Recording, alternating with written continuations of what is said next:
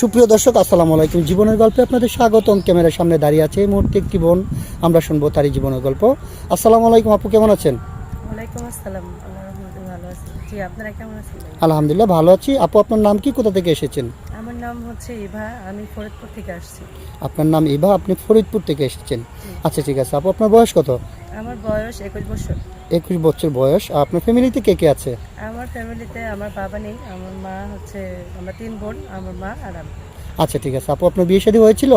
হ্যাঁ ভাইয়া, বিয়ে শাদী হয়েছিল। আমার হাজব্যান্ড হচ্ছে পরকীয়া করতো, আগে থেকে জানা ছিল না। পরে হচ্ছে আমার বিয়ের পরে তাকে নিয়ে ভেগে চলে গেছে। এখন আমি আপাতত সিঙ্গেল আছেন? জি জি আচ্ছা ঠিক আছে। আপনার হাজবেন্ড আপনাকে বিয়ে করার আগে আর একটা তার সম্পর্ক ছিল অন্য মেয়ের সাথে, জি, তাই না? হ্যাঁ হ্যাঁ, আমি আচ্ছা। জানতাম না পরে। আপনার হাজবেন্ডের সাথে সংসার কতদিন করেছিলেন? সংসার করেছিলেন, তারপরে আগের যে তার এক্স ছিল তাকে হ্যাঁ, নিয়ে তাকে ভেগে নিয়ে গেছে? ভেগে চলে গেছে। আচ্ছা, তারপরে আপনারা যোগাযোগ হয়নি? না না না, সে পরে হচ্ছে আমাকে ডিভোর্স পেপার পাঠিয়ে দিয়েছে। ডিভোর্স পেপার পাঠিয়েছে? কতদিন হয়েছে?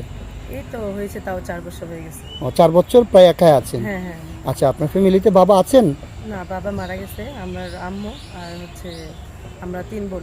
আপনাদের ওই বোনগুলোর কি বিয়ে শাদী হয়ে গেছে? বোনদের বিয়ে শাদী হয়ে গেছে, তারা আছে মোটামুটি। আচ্ছা, তারপরে কি আপনারা বিয়ে শাদী দেয়নি আপনার ফ্যামিলি? না, আর্থিক অবস্থার জন্য বিয়ে শাদী দিতে পারেনি।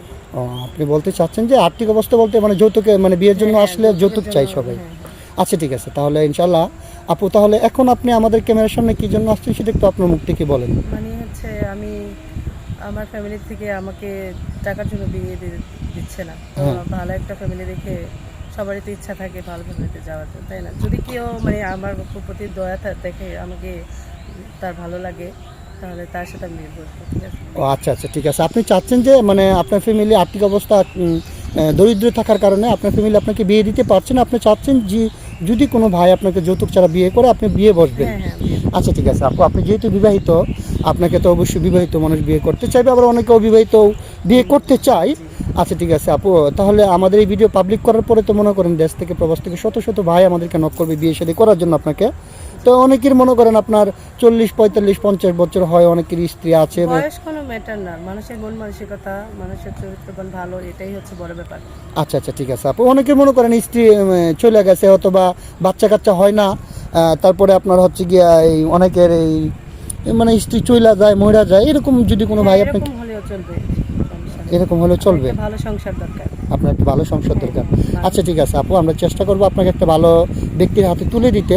তো কথা হচ্ছে গিয়ে ওনারা আপনার সাথে যোগাযোগ কিভাবে করবেন? তাই আমার তো পার্সোনাল কোনো ফোন নেই, আপনাদের মাধ্যমে আসছি, আপনাদের মাধ্যমে করলেই হবে। আপনার পার্সোনাল কোনো ফোন নেই, আপনি চাচ্ছেন যে আমাদের মাধ্যমে যোগাযোগ করলে আপনাকে পাবে?